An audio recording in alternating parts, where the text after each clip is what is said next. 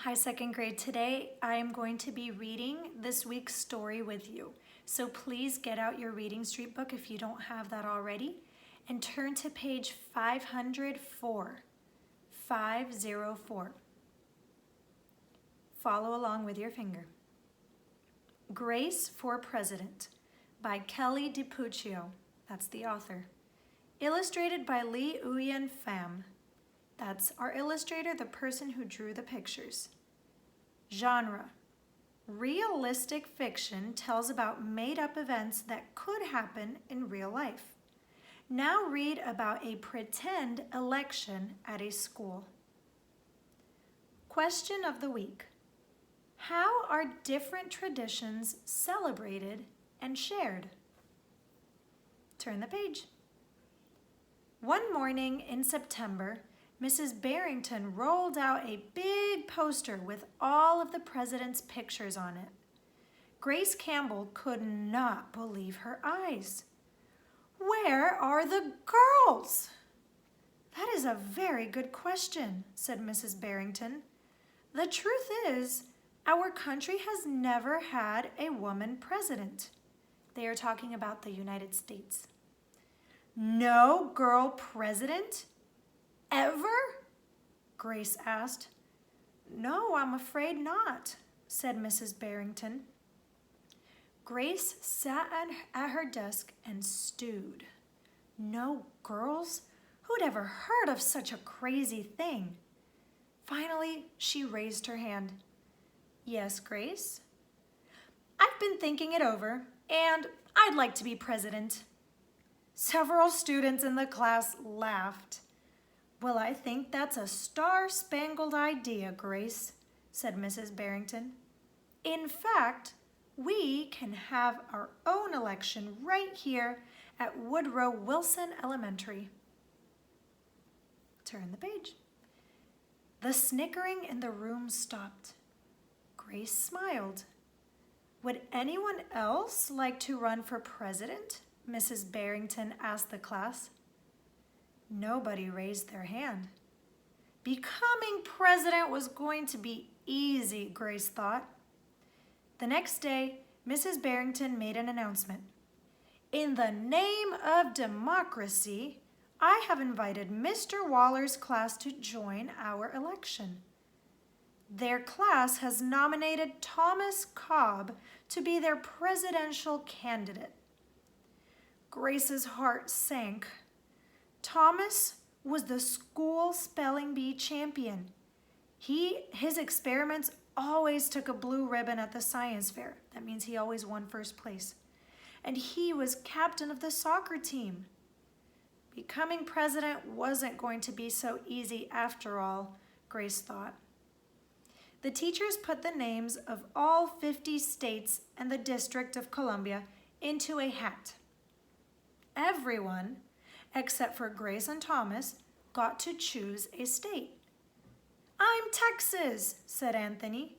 "I'm New Hampshire," said Rose. "I'm Michigan," said Robbie. "What does the number 17 mean?" Each state is assigned a number of electoral votes. That number is determined by how many people live in that state, said Mrs. Barrington. Each of you will be a representative for your state. So they were going to represent each state from the United States. Altogether, our country has 538 electoral votes, Mr. Waller explained. On election day, the candidate who receives 270 electoral votes or more wins the election. "Why 270? asked Rose. "That's more than half of all the electoral votes," Mr. Waller said. Becoming president really wasn't going to be so easy, Grace thought. Grace came up with a campaign slogan. Thomas came up with his own campaign slogan. So look at the posters in the picture. Grace's poster says, "Make history. Vote Grace Campbell for president." And then Thomas's poster says, "Vote for Thomas Cobb, the best man for the job. Oh, that rhymes. Grace listened to what issues were important to the students, and she made a list of campaign promises. Let's see, the poster says, a peaceful school, no bullies. A cleaner school, no littering. Better, what does that say? Better hot lunches. No more fish stick tacos. Thomas made up his own list of promises. Free tutoring, free soccer lessons, fish stick tacos every week.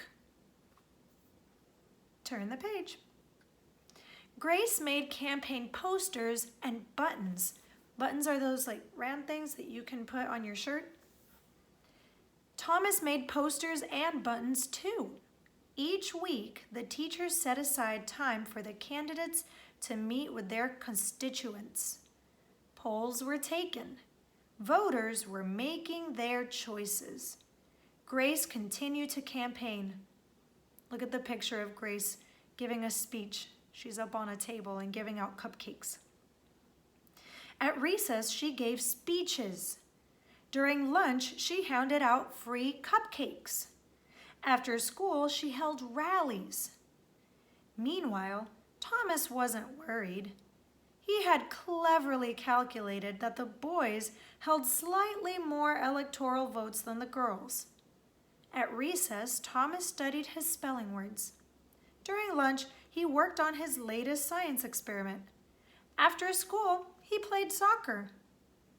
So it sounds to me like Grace is really campaigning and trying to win, but it sounds like Thomas is just doing regular things. He's not even trying to win. He thinks he's just going to win. Even before the election, Grace made good on her promises. She joined the safety squad. She organized a school beautification committee. That means to make the school cleaner and more beautiful. And she volunteered her time in the school cafeteria. In early November, Woodrow Wilson Elementary hosted a special election day assembly. Grace and Thomas took their places on stage as the school band began to play. Henry was the first representative to approach the microphone. The Yellowhammer State of Alabama casts its 9 electoral votes for Thomas Cobb. The Last Frontier State of Alaska cast its 3 electoral votes for the best man for the job, Thomas Cobb, Fletcher said. Hannah called out, the Grand Canyon State of Arizona casts its 10 electoral votes for Grace Campbell. Ooh. And so it went. State after state after state cast their electoral votes. The scoreboard in the gymnasium kept track of the totals. So far, let's see. Thomas Cobb has 9 votes plus 3, that would be 12. And then Grace Campbell only has 10 votes so far. Turn the page. The voting demonstration was quickly coming to an end. Clara approached the podium. The Badger State of Wisconsin casts its 10 votes for my best friend, Grace Campbell. Grace looked at the scoreboard. Thomas had 268 electoral votes. She had 267. My goodness, so close. There was only one state still unaccounted for, Wyoming.